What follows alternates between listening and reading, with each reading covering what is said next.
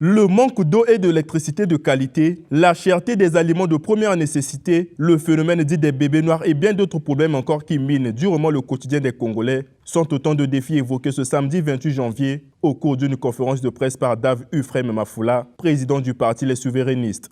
Pour parvenir à mettre fin à cette souffrance que les Congolais endurent depuis des décennies, ce dernier propose un dialogue de proximité pour toucher du doigt la réalité afin de mieux répondre aux attentes des populations. Je crois que le bon dirigeant doit toujours se soucier de comment se réveille son peuple, de comment mange son peuple, de comment circule son peuple, de comment dort son peuple et quel est l'avenir de ce peuple-là. Donc il faut apporter des solutions lorsqu'il y a des problèmes. Mais comment on peut apporter une solution efficace si on ne va pas vers le problème? Ça ne coûte absolument rien au président de la République de s'arranger à aller au contact des Congolais. Je crois que dans le temps, il le faisait. Il peut toujours le refaire parce que le peuple aujourd'hui est en train de pleurer. Le peuple a le sentiment que, à la direction, il n'y a personne. Pourtant, il est là. Le jeune acteur politique, connu à travers sa participation à l'élection présidentielle de 2021, a également, en marge de cette première sortie médiatique de l'année face à la presse nationale et internationale, mis à nu la situation sociopolitique du Congo, qu'il qualifie lui-même de chaotique. Loin des critiques subjectives, il propose aux gouvernants de préconiser des réformes sûres pouvant impacter le quotidien des Congolais. C'est celle de mener une 13e bataille. Celle de la présentation au peuple congolais d'un nouveau gouvernement de la rectitude, capable de relever les défis socio-économiques et à même de resacraliser les fonctions ministérielles. Organiser des consultations nationales avec les forces vives de la nation.